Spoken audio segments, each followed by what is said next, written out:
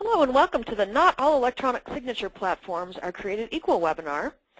I am Marilyn Wilson from the Wave Group, one of the partners of that firm. And Wave Group is a consulting firm that works with lots of associations, brokerages, MLSs, and agents, helping them to decide and to define the best technology solutions in their business. So we're really excited today to talk to you about the electronic signature world. It is one of the most exciting innovations that we've seen come along a long time. It's making the whole process of real estate much more efficient, much easier to transact business with people that are all over the world and all over the country, to make things happen more quickly and more efficiently. And we're here to tell you some really interesting things about that today. I'm going to introduce our panelists in just a minute. But before I do that, what I'd like to do is just give you a little bit of a backdrop about why we all should be so excited about electronic signatures. So if Ken, can you flick to the first slide that shows the survey that we did? That would be terrific. So we did some research with the Houston Association of Realtors, just about a year ago now, and they were really interested in finding out about how big are electronic signatures from a consumer perspective, because of course the consumer is really ultimately who drives the real estate industry. And what we saw, and this is again almost a year ago now, we saw that almost 40% of the people in that market specifically were using electronic signatures in their transactions. So it's a very popular, and my guess is if we did this again, it would be even higher than that. It's becoming almost a standard of excellence for consumers. They kind of expect it now because they just find it to be much more efficient and much easier for them to do, and of course much more readily available in terms of understanding what they signed and when they signed it. So if you can flip to the next slide, Ken. And this one was really the one that we thought was exciting. So about almost two-thirds, actually a little bit more than two-thirds, believe that it was an extremely valuable part of the process, that it really made it easier for them to transact business. It made it easier for them to keep track of all of the reports and disclosures and things that they signed. So there's a clear interest coming from consumers on this, and every time we talk to consumer research panels, which we do all the time, we hear clearly that this is one of the most important and most exciting innovations that real estate has brought to the industry in a long time. And frankly, in some respects, consumers may even be a little bit ahead of realtors on this. They may be even asking realtors. We hear that they do that all the time. So it's something as a brokerage or as an MLS or as an association or even as an individual agent, it's one way to truly improve the level of customer service that you provide to the clients that you work with. So if we can flip to the next slide, please. So today's webinar is really all about educating those that are on the call. We've invited actually two different technology companies that provide a very similar service to the table. And the reason is that they both have taken a very serious look at the best and most secure ways to deliver electronic signatures. They both recognize, as does Wave Group, and I'm sure many of you, that legal contracts are very important in our business, and we want to be sure that we're doing the right thing, and that we're providing tools to our customers that are ultimately going to help protect our interest as well as theirs. So this survey, or this webinar today is really to talk about how to ensure that electronic signature solutions truly are legally viable, and to help you better understand the questions to ask when you may be choosing a solution or when you're just making sure that the solution that you're using is appropriate. And how to help better understand how to evaluate those programs. So what are the kinds of questions that we should ask? What are the kinds of elements that are most important in an electronic signature? And it gets kind of complicated, I got to tell you. I mean, I'm not a lawyer, and a lot of the things that need to be done here truly are things that have to be protected legally, and so you really have to know the kinds of questions to ask to be able to really do the right thing. So that's really what this is about today. And I'm going to quickly, if we can, introduce the folks that are going to be talking to you today. If we could flip to the next slide. First, we have Tom Gonzer, and he's actually the founder of DocuSign, a really interesting guy that's been doing lots of different technologies for quite a while. He actually started in the wireless business, and he actually worked for Apple for a while as well. And he's done a variety of programs that are related. He actually ran one of the largest transaction management systems for the mortgage industry called NetUpdate before he started DocuSign. So he has a deep level of understanding of how real estate transactions work, what types of disclosure, what types of contracts, what types of information are required, and then the best ways to protect that data and to sign them effectively. We flip to the next one. Next, we have Ken Moyle, who's the Chief Legal Officer and Vice President of Legal and Corporate Affairs for DocuSign. I don't have to tell you that he's a lawyer with that title. He joined DocuSign back in 2006 and has been involved with a lot of their growth over the last couple of years. But he also has worked in the courtroom and in the boardroom. He works in both business opportunities as well as making sure that the DocuSign products are ahead of government and regulatory trends. So he's going to be talking to us a lot today about the kinds of things that he knows are coming. You can see also that he's very involved with the ESRA, which is a Washington-based program for the Electronic Signatures and Records Association. So he's very involved with all of the latest legislation, not just in real estate, but across all industries. Next, please. Next, we have Martin Scrokey, and he's the CEO of Instanet. And Instanet has been in the electronic signature business for a long time as well. And they provide a sort of an end-to-end solution with forms, document management, transaction management, as well as electronic signatures. He's been in the real estate business for many, many years, has worked with many of the largest associations and MLSs in the country, and also brings a strong expertise in the best ways to provide high-quality electronic signature solutions. And certainly last but not least, we have, if you flip the chart, we have Russ Bergeron. And Russ is the CEO of MRED, the Midwest Real Estate Data, one of the largest MLSs in the country. They serve over 40,000 agents and brokers across the Chicagoland area. And he's extremely involved not only with the MLS space. He actually used to run one of the largest MLSs in California as well. He's on the board of the directors of the Council of MLS. He's on the board of RISO, which is the group that's really trying to create data standards across the industry. And he also serves on advisory capacity for Realtor.com, Trulia, Supra, and CoreLogic and Realist. So he's extremely involved in the business as well, and one of the best MLS leaders out there. So that's the group that we're going to be talking to today. And if we flip to the next slide, we can get into the questions.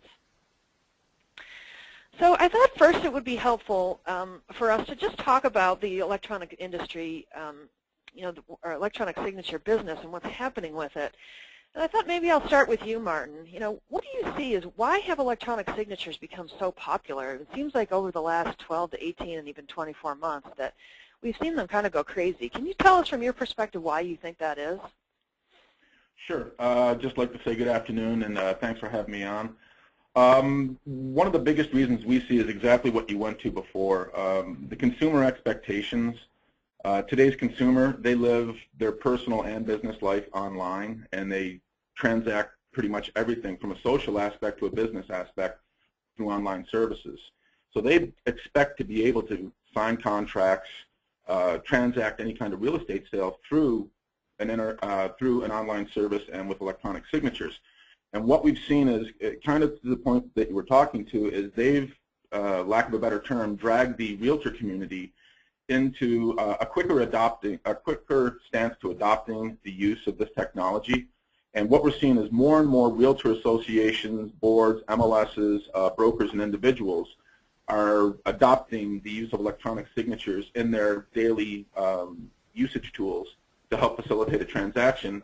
It just makes the process faster, more convenient for the consumer, and in the end, it saves a whole bunch of time and money for both the consumer and more so for the realtor in terms of how they transact their business. They can get in and get out and do business faster and spend the time selling real estate instead of working with technology. That's great. And Russ, is the head of one of the largest MLSs. You offer a series of tools you call public service applications, and would you kind of put this kind of a tool in that category? Maybe you could explain what that public service apps concept is and how you believe that this might fit within that. Okay, absolutely. Thank you for the invite. I know you were sorry that President Obama had to back out, but I'll try to fill in. He was too busy with Spencer, sorry. But definitely, yeah, this would fall under the public service app umbrella, if you will. We introduced DocuSign, probably 18 to 20 months ago into our system. And our MLS system already had a document repository and a transaction management component. So we made sure that we integrated the DocuSign deeply into that part of the system.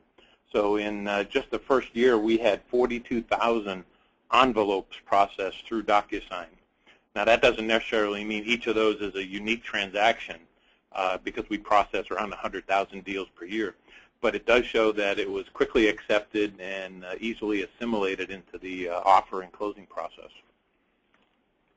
Interesting. Okay, so it sounds like it would, you know, can you give us any perspective on how much of, like how big an involvement does that seem like relative to some of the other technologies that you offer? That seems like it's really high compared to what we see in some other types of things. Oh, yeah, compared to some of the products that we offer, the usage on this is huge, and it was a very quick ramp up too. It didn't take long to get people using this on a regular basis. So the demand, I think, is there, and I think Martin mentioned it. If the realtors aren't demanding it, the consumers definitely are. Gotcha. Okay.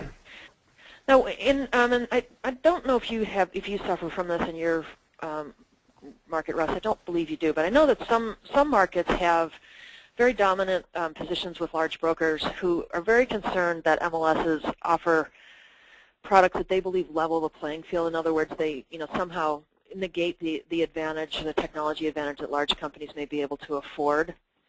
And from what I've heard, in most markets where that's an issue, it doesn't appear as though electronic signatures is perceived as one of those things. It's perceived more as business transaction efficiency, which is not necessarily competitive advantage. It's just something that makes all of realtors' lives better. Do you kind of hear the same thing from your brokers in your market, or? Absolutely, yeah. They see this as, because it touches everyone.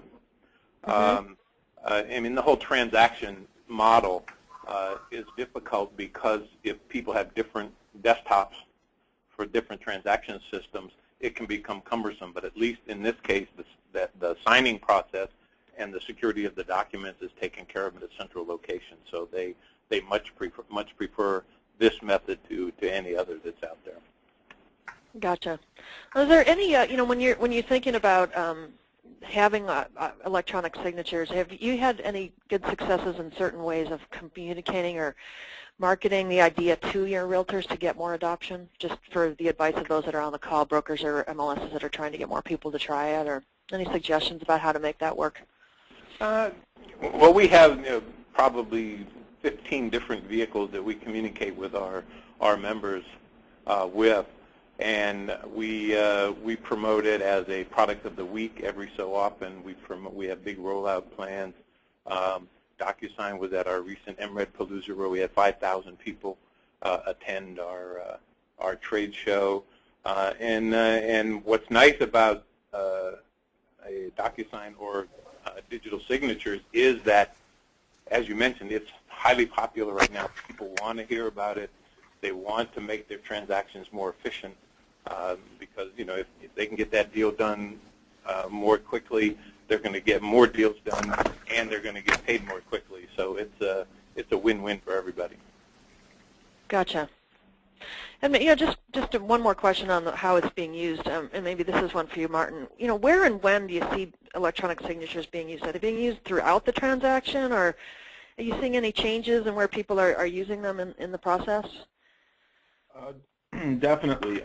Initially, we started to provide this almost 10 years ago, and we would see just single forms, a contract, an addendum, not even being grouped together with the transaction. And now what we're seeing... Hey, are you here somewhere? Tremendous growth. We see it starting right from the listing agreement. So people are able to go in, sit with the consumer, get the listing agreement Liz signed. sent me a bunch of CEO calls. And then Victor? be able to go right through to the end of the transaction with all the other forms, amendments, contracts, counteroffers, and such, to the point where we're seeing the usage has just gone through the roof. We're expecting, well, we surpassed 2012's usage, the number of signings created and consummated in our system in May, and we expect to be about 140% higher this year by the end. The market is very active from what we can see in the activity, but this far surpasses the increase in the activity. People are signing documents basically from the start of the transaction all the way down to the end, and they're covering anywhere from a 40-page set of documents up to some clients are signing 260, 360 page groups of documents all in one signing. So they're seeing the speed and the accuracy that goes along with this service, because if you're signing that many documents, and oftentimes you have to initial each page, how many times has the realtor got down right to the end, we have a signed document, oh, but we're missing an initial on this page or this page. So this type of technology allows those types of errors and time savings to be had, or errors to be not to be had, and time savings to be had. But we're seeing it basically start to finish on the transaction. They're signing absolutely everything these days. That's great. And Ken, are you saying the same thing in your DocuSign space?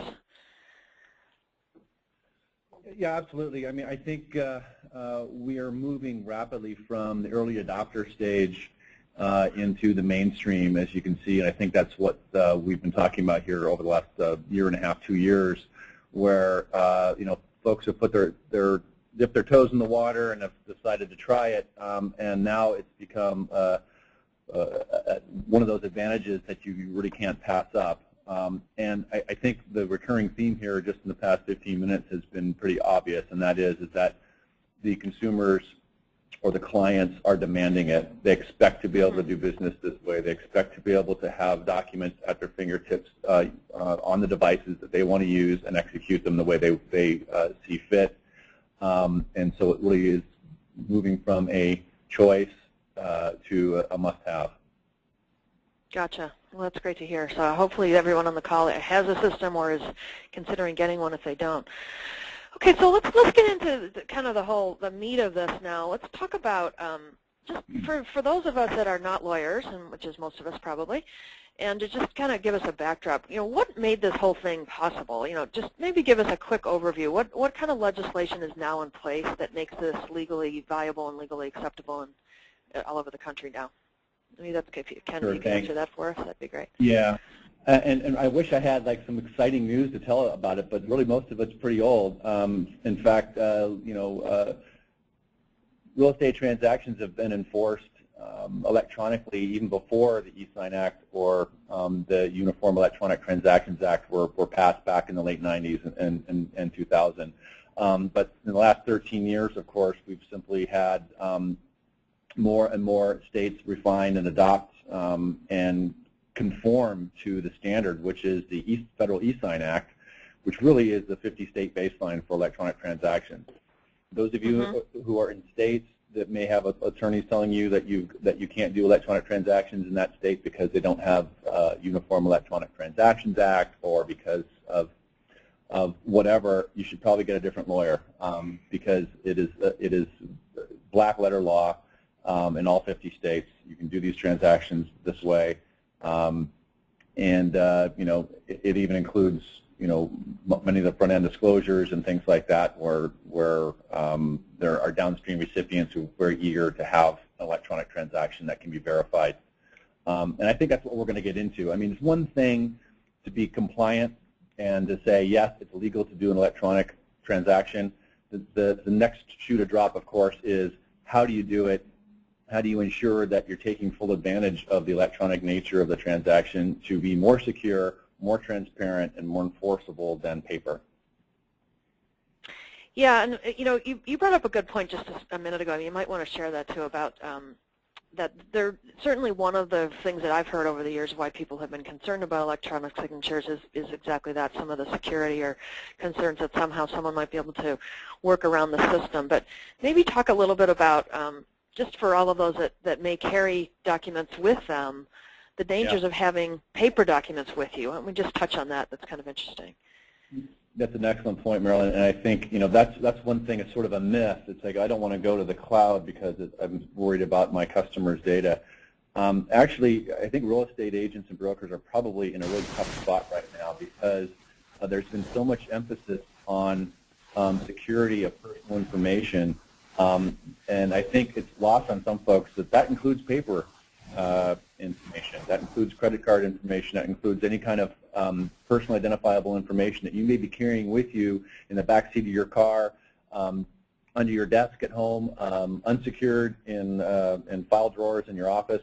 All those things are subject to scrutiny, and that's why we're finding, and I think, again, this explains why we've had so much adoption in the last couple of years. People are recognizing that it's actually safer to take that data, store it in a place with a company that actually knows how to store data and has actually been third-party certified to be able to store data in a secure manner, so that they can tell their clients that they're taking care of their information.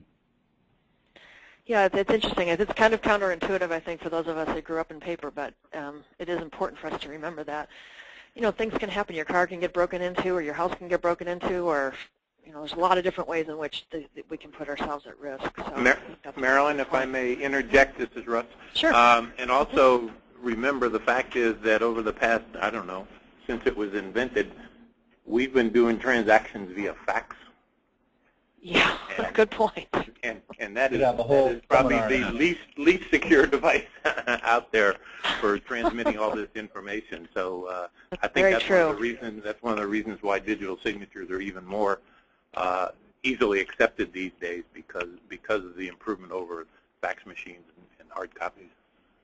Fax machines with paper falling all over the floor. Go ahead, Martin. Yeah, just to add to that, if you don't mind, risk mitigation.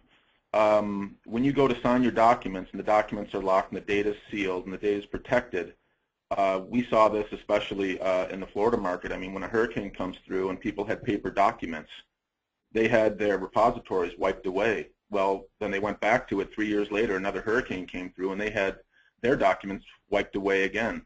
So when you start to adopt technologies like this, it not only means that you have the security of your document being legal, but also it's being protected online at multiple sources. So from a risk mitigation standpoint, there are huge upsides to it. That's a very good point. We've had so many natural disasters in the last few years. That's a really good point. So one of the things that we're actually going to share with the viewers at the end is a document that Bank of America has published. And what we're seeing now, and you guys can maybe talk to this a little bit, is that many of the larger banks are providing requirements or strong recommendations as to the types of electronic signatures or the types of support that electronic signature program must have in order to be legally viable within their programs. And Bank of America, like I say, has published one, which we'll send. There'll be a link we can send to all of you at the end of this, so you can take a look at that. But I'm wondering, maybe Ken, if you could start with us and just kind of give us a quick overview of what you see in that Bank of America requirement and the kinds of things that that our listeners should be able to, or should look for when they're starting to choose their solutions or when they're looking at their own solutions.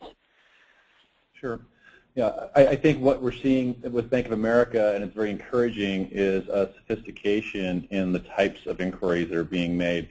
I think, you know, as recently as 5 years ago, the banks are saying, we don't know anything about these e-signature things, and therefore we don't accept them. And they've rapidly come around to saying, okay, we understand that this is here to stay. We understand that this is inevitable. Now let's ask the right questions, which are, what are we getting when we receive from a third party an electronically signed document?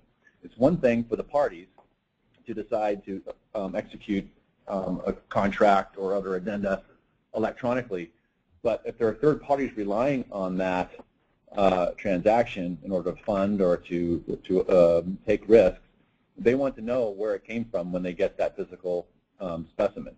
And so as a result of that, they have been requesting what we call a certificate of completion, or a summary of the transaction that can be delivered to them that demonstrates the kind of authentication and identification procedures that were done, what happened to the document, some time stamping, certain evidentiary bits around the transaction that will support it if it is ever challenged. But I think most of what you're going to see in those requirements, I'm sure other banks are going to be coming out with similar requirements, is that there's some documented method of determining how that document got to be in the condition that it's in, and that tells the story around the transaction.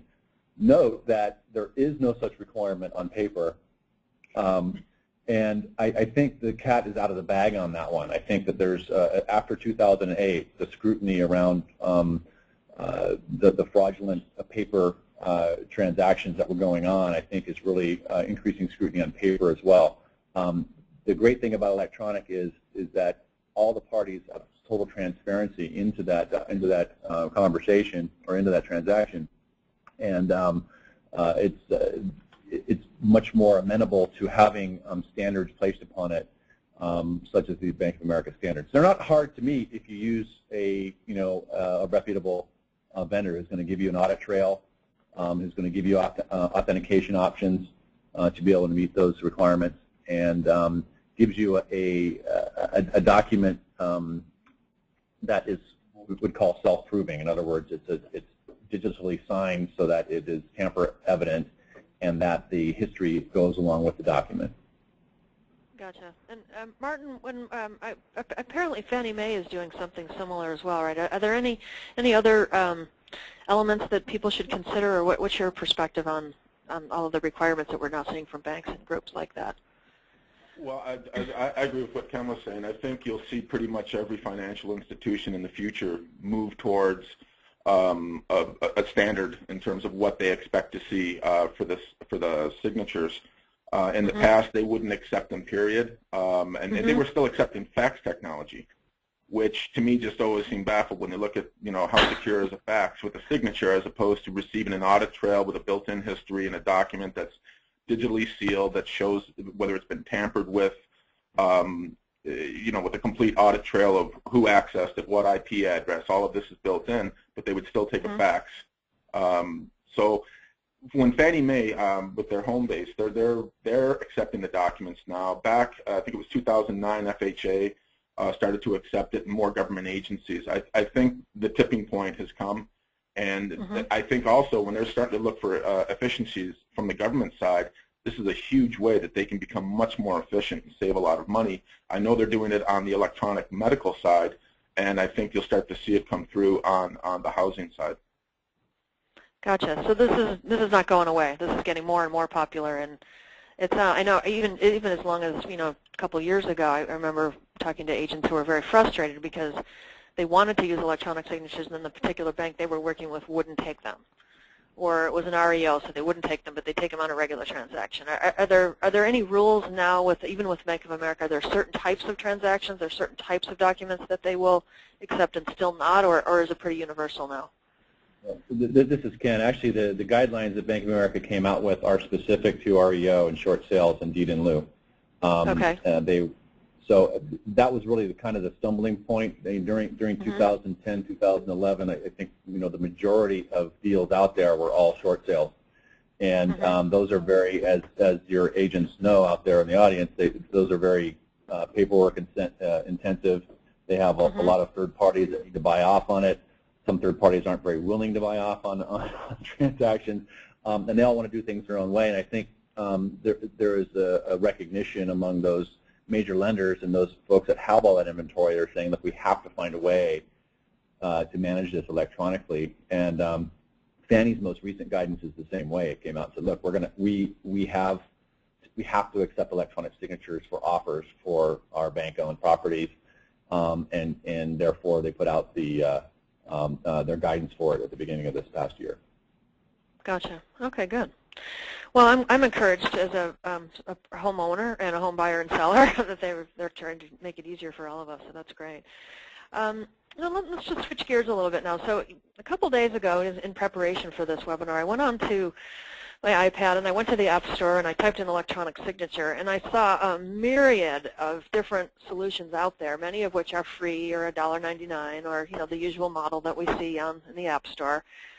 And first of all, it was very kind of overwhelming to me. It's just thinking about which one would I choose. But I guess a question for both of you, maybe we can start with you on this one, Ken, is are all of those legally viable, or are there ways for people to simply look at them to know if they are, or what do they do with all of that stuff that's out there now? It's just kind of crazy. There's so many different people doing it. So I'll just throw that to you and see what tell us what you think.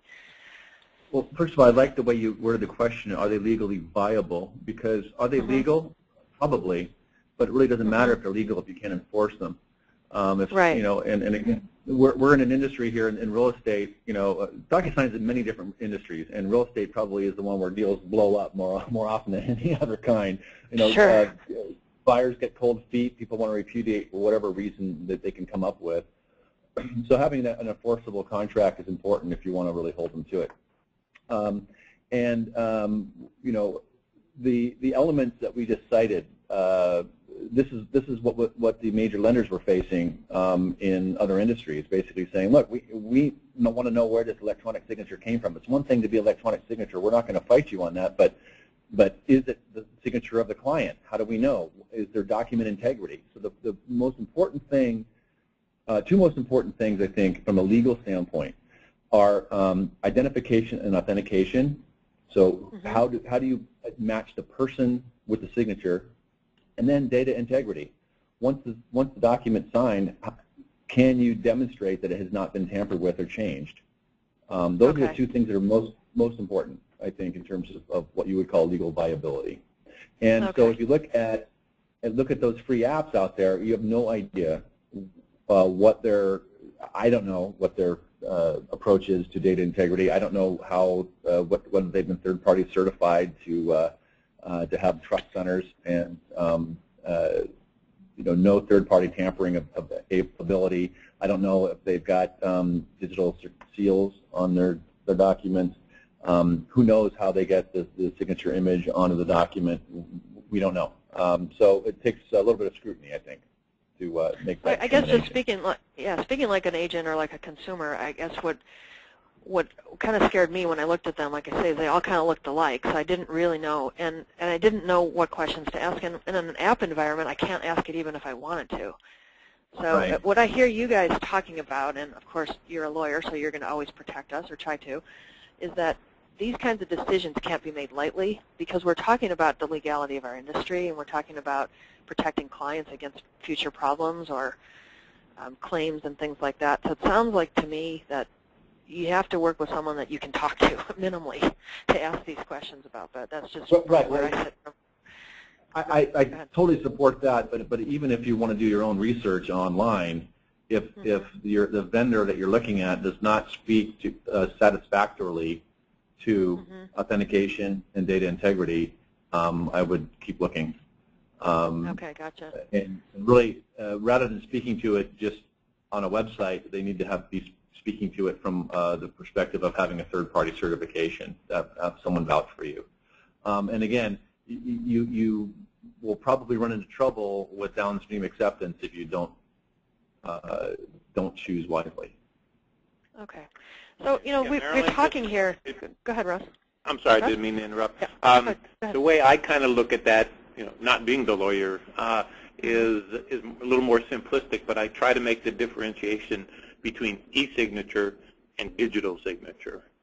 Okay. To me, the digital signature comes with those protections that we've been talking about, whereas e-signature, that just captures a facsimile of your signature and doesn't really offer the same protections and authentications that we've been talking about. That's interesting. That's a good differentiation. So I thought it might be helpful for us to actually, and those on the call, to actually see what we're talking about, because legally protectable and audit trails and all this stuff sounds really good, but if you don't really know what that looks like, it's kind of hard for the rest of us to figure out what that is. So we've asked DocuSign, and Instanet's going to comment along the way as well about their process, but we've asked them to kind of show us what it looks like. So maybe if I can turn that over to you, Tom, he's going to kind of walk us through some examples of what a program that's been done appropriately versus those that have been tampered with, so we can see the difference, because it's just hard to tell if you haven't seen it. So I'll turn it over to you, Tom, and take it away. Sure, thanks. Yeah, I think this can be confusing when you just listen to people talk about it, but I think if you when you kind of see what it looks like and what you want to look for in a document that you could trust, it's pretty obvious. So I have a couple files on the screen here, and I'll just kind of roll through them and show you what they look like and show you how they've been secured. The first one I'll open is a Word document. It's just a simple Word document. Obviously, in Word, you can select anything you want, make changes, right? You could paste an image of a signature in here. You could email this Word document to somebody and say, see, I signed this, and it's all good, right? And most people would say, well, no, I'm not going to accept that because you could easily change that. So that's why people don't use, editing tools like Word to secure a contract. They might turn it into a PDF. So here I'm looking at that same document that's been saved as a PDF, and people can, a lot of people will say, well, that's secure because it's a PDF. It's been put in a way that you can just look at it. You can't edit it. But unfortunately, that's actually not the case either. It's very easy in lots of PDF tools to come in and edit this text.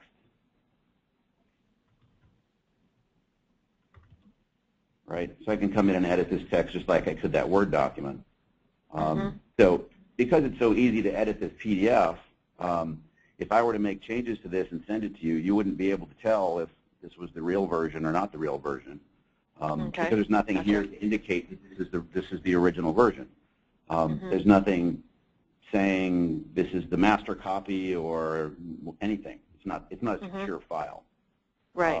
Gotcha. So I'm going to flip over to another document. I'll open this one. I'll open this one in a different PDF viewer. Okay. And this is a document that's actually been secured.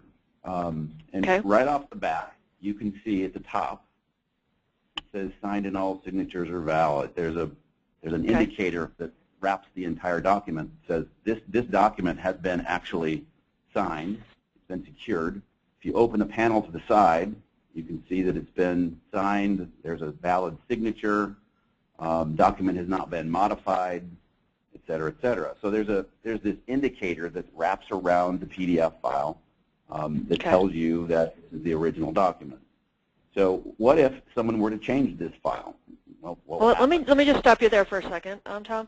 Yep. So Martin, in your system, just so we want you guys to know that there's lots of people that are doing this the right way. Do you get a similar type of reassurance when you look in at an AuthentiSign sign inside of Instinet? Exactly that. Yeah, we use very, very similar technologies where you get the banner on top of the document that shows that the document has been digitally signed and certified. And again, you can open up the signature panel. One thing that we also add is just in the bookmarks, we embed the history of the documents with that in there. But the important part here is exactly what they're saying. Every time you open that document, the validity and verification check is performed. So it's not something that's just done once. Anytime it's opened by any party that it's sent to at any time now or in the future, it will be checked for its validity, which is very important. And then when it's stored, so let's say that a brokerage created files and they used a document management system, or even they just stored these files, for years, would they still see this if they opened this 5 years from now? If there was a conflict when the home was being sold or something, would they still be able to keep all of that?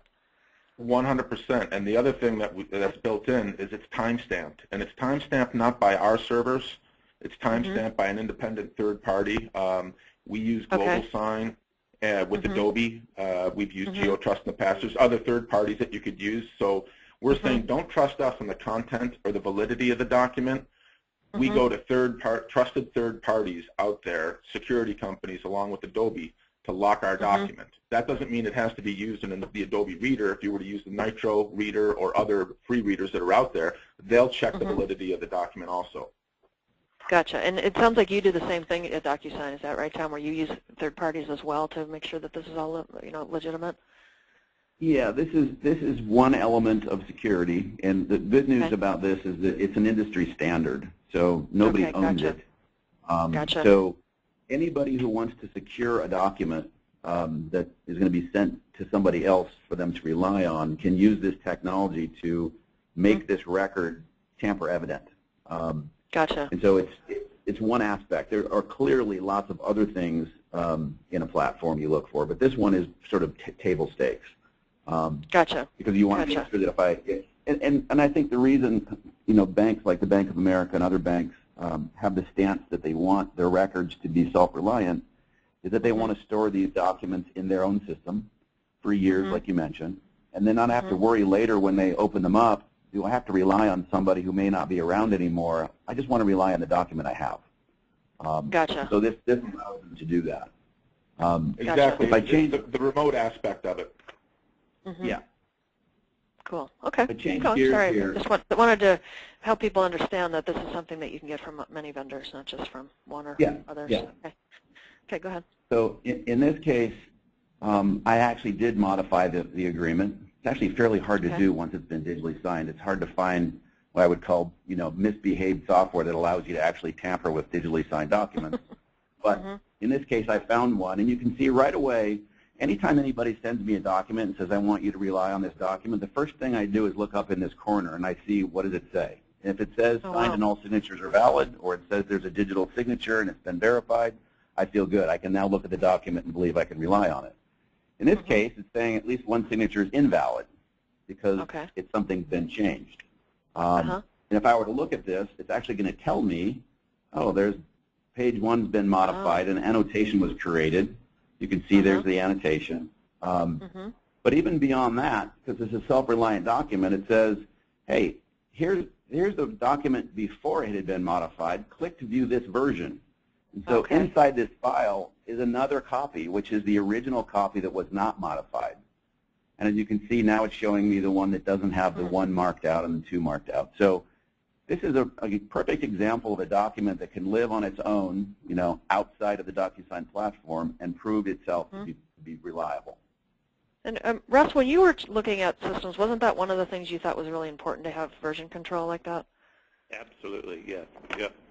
That versioning, and first thing we obviously look at is that whatever system meets all federal and state requirements, and then obviously preventing the documents from being altered once digitally signed, or at least flagging them so that you know if it has been altered.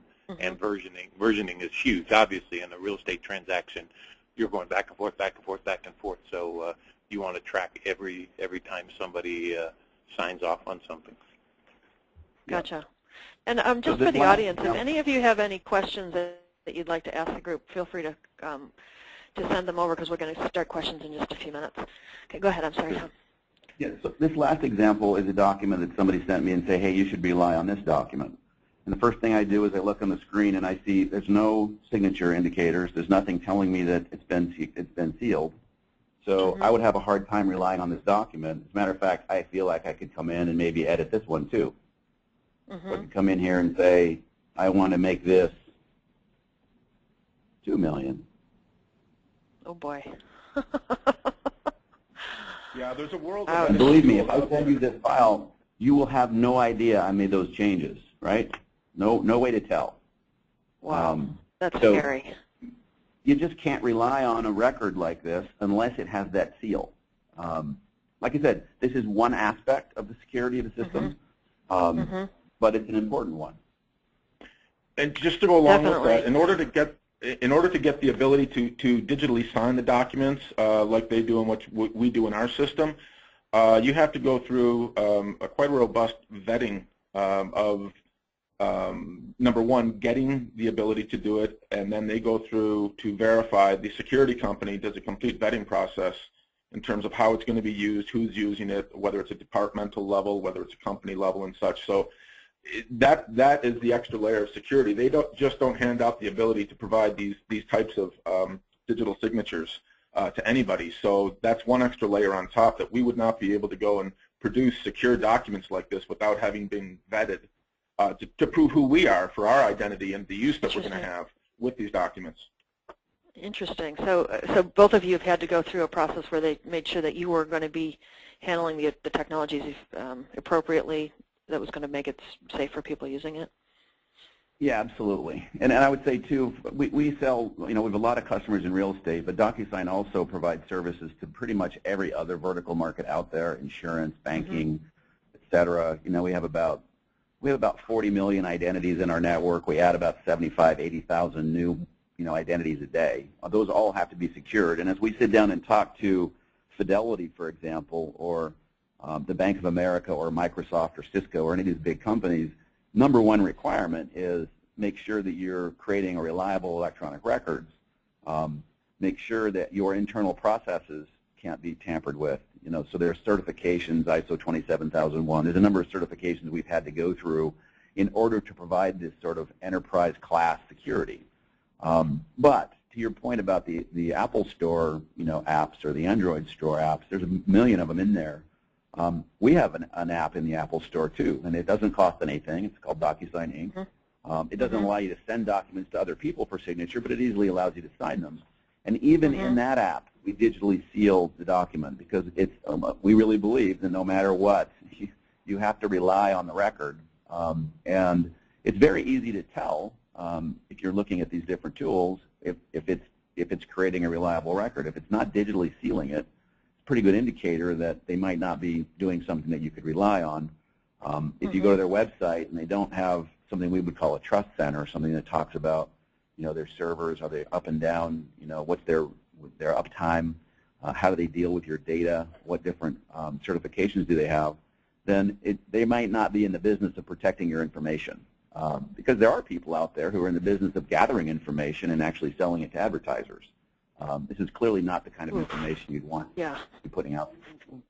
Yeah, that's the one thing also to look at is not only just the protection of the data, to protect the data for its validity, but also you want to be able to protect, number one, the consumer's data so it's not being sold to third parties, because big data is a big business. And you can imagine the type of information that is in these documents that could be sold, or if you're putting it into the system, what's the terms of service, what's the privacy policy with regards to the service overall, let alone the security that's on top of the documents. You should know how the information is going to be used.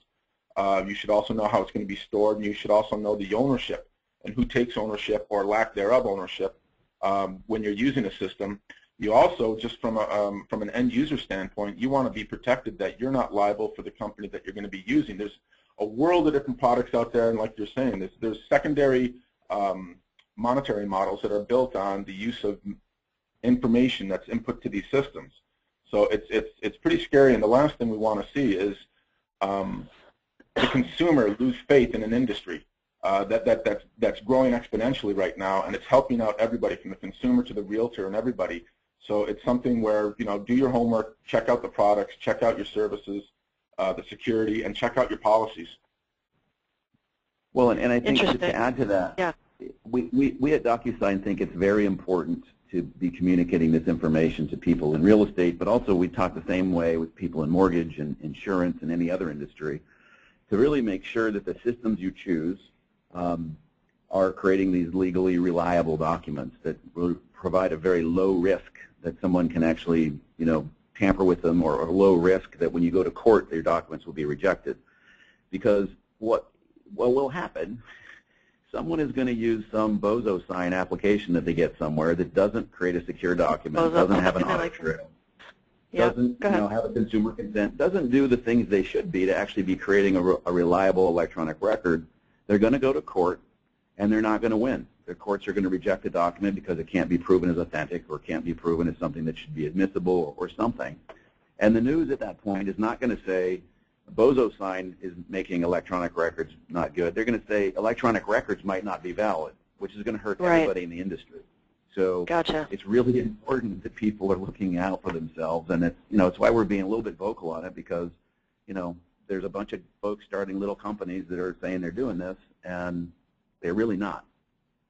Gotcha. Well, we're getting some really interesting questions now. I'm sorry, go ahead, Martin, finish, and then we'll just to go along with that, we look at it as, again, so say you use bozo sign and the deal went sour, and then the validity gets called in. They're not going to be looking at a bozo sign. They're going to be looking at the realtor community from our aspect. That's where we predominantly live. We don't want to see the realtor community get blamed or lose the consumer's confidence in using these technologies because one bad player, or there's other, you know, insecure or, you know, bad systems that are out there. It's a big concern for us because at the end of the day, it's the realtors that are going to get hurt, and that's the last thing we want to see. Exactly. Well, let's go to some questions. Some really good ones. Add to that, oh, go ahead, Russ. Sure. Just real quickly, is if you get into that that spinning contest from a legal aspect, chances are real good bozo is not going to show up in court to help you. You want to be working with legitimate people like DocuSign and Internet. So. Okay, so here's one question that I think you guys might have touched on, but it's a good one. So what happens in the event that a company, like one of your companies, for example, that's storing the documents goes out of business? What happens to all of the records? Maybe, Martin, you want to answer that one first, and then you can go to it, Ken or Tom? Well, sure. The one thing that we do contractually is we do say that we will keep the documents for a legal retention period because we do that also from our form side and our doc management. So whatever the state requirements are for each area, we keep that in there. But as a rule, we've never removed a document from our system. So Okay. even we've gone way past what the retention periods are. Okay, DocuSign? Sure. So we actually have our system geared to maintain the document retention and destruction policies of our customers. We have some regulated customers that require removal of documents. We keep the records of the transactions without keeping the documents in the cases where people want them destroyed. I think the main question was, though, how do I, if something happens and the eSignature vendor that I choose evaporates into the thin air and I'm left with nothing but these physical artifacts of the transaction, what can I do with them? I think we talked about that earlier today, where we kind of give you the ability to self-help.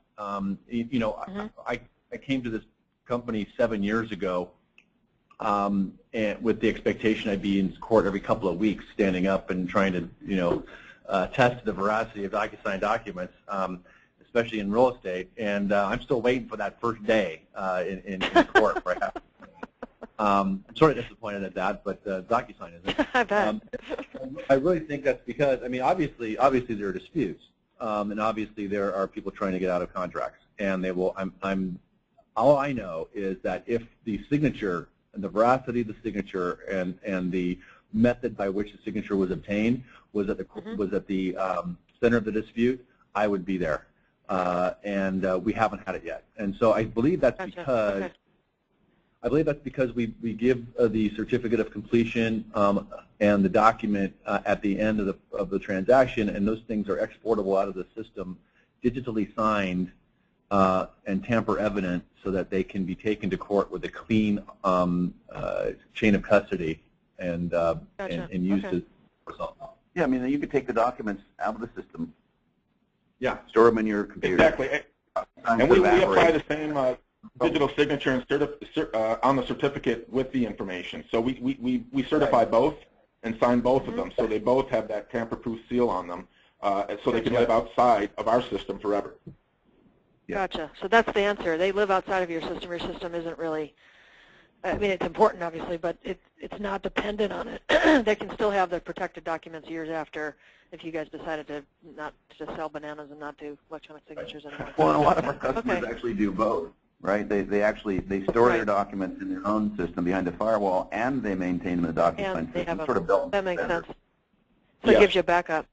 So kind of along the same lines, there's a question of, are these systems dependent upon Adobe software? And if so, what would happen if Adobe went away? No, not at all. The PDF document format was made an official ISO standard a few years ago. Adobe kind of spun that out into the general realm. We do not use Adobe tools. We're PDF.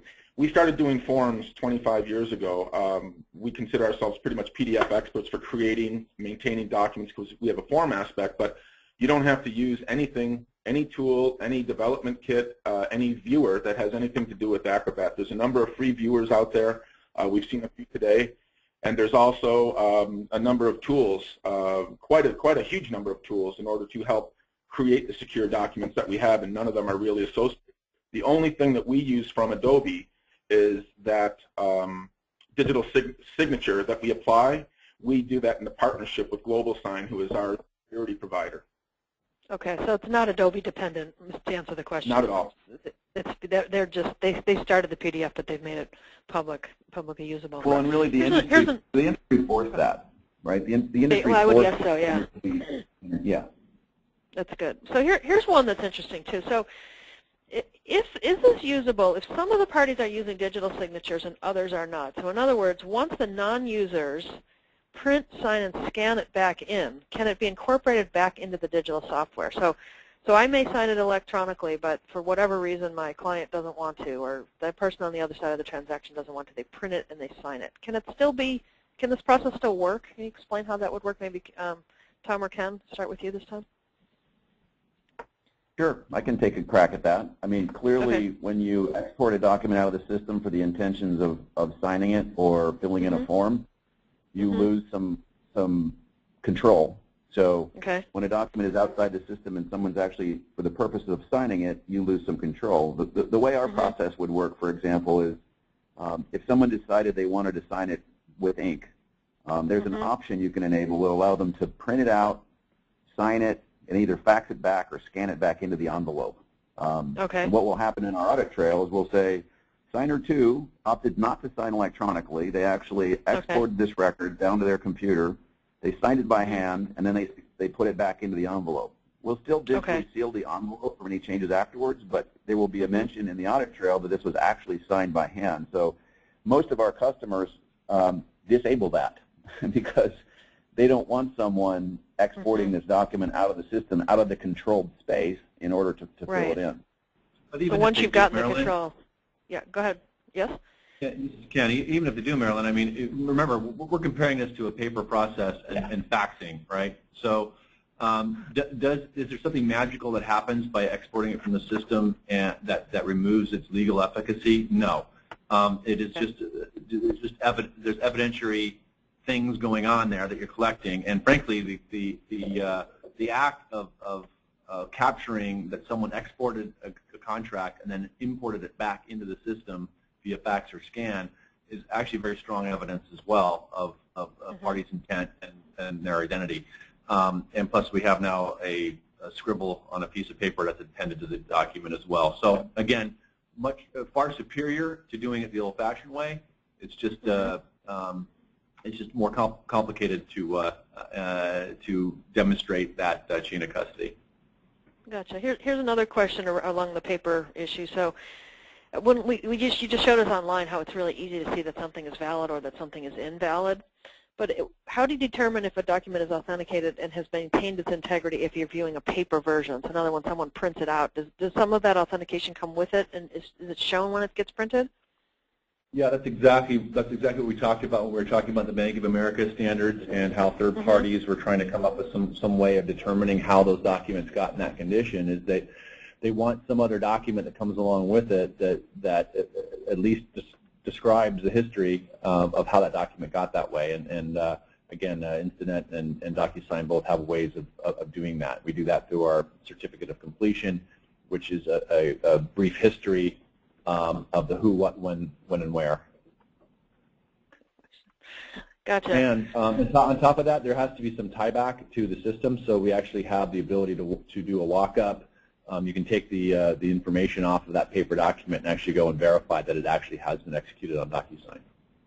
Gotcha. Correct. We have the same. Here was one. If the deal changes after it's been signed, an example, a PIN number is wrongly stated, how can that be corrected or even a warranty added? Martin, you want to take that one? What's the scenario? So the program's been signed, the documents are all done, but then something changes in the deal. How do you deal with that? Do you just there's different ways of doing it. Okay. It could be adding a new document or starting over again and just using the secondary document and just putting them together. You can include the previously signed documents and add a new document to it and start basically a new signing process. So there's a number of different ways to facilitate it. It's really what the ease of use is for the end user. Gotcha. Okay. Here's a couple of, it sounds like some frustrations that people are having, that even though the Bank of America standards are out there, and they've been out there for quite a while from my understanding, one person had an issue less than a month ago with B of A, refused documents with eSignature, and had to go back and re-sign. Do you think is that it hasn't worked its way through the whole Bank of America system yet, or any perspective on why they might have had that problem? Well, this is Ken, and I think I've been on the kind of the bleeding edge of this issue for a number of years now, and really, it's webinars like this. We've got 300 or so people on this webinar who are now empowered with the correct information to basically tell their bank that they're wrong. That the Bank of America is a big place, and there are many people who didn't get the memo. And being able to push back a little bit on that, using those sales skills, those persuasive skills, to say, look, I know you guys accept electronic signatures. I know that a DocuSign signature meets your requirements. So let's keep this deal moving through.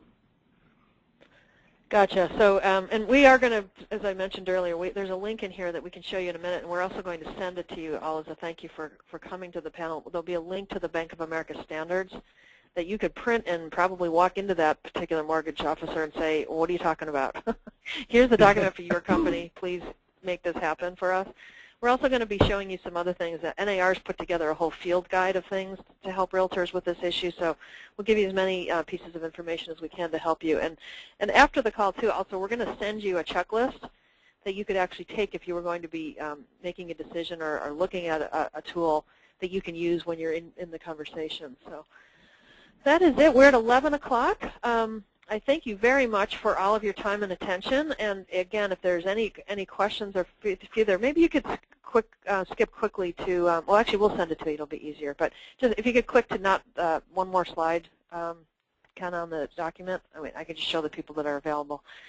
So there's going to be 3 things you'll get: the NAR Field Guide, the Bank of America Electronic Signatures Reference Guide, and also a white paper that NAR published a couple years ago that talks about what you need to know about eSign and document security, along with the checklist that Instinet and DocuSign have collaborated on to provide you with the kinds of things that they know are what will really help protect you and your clients in the future.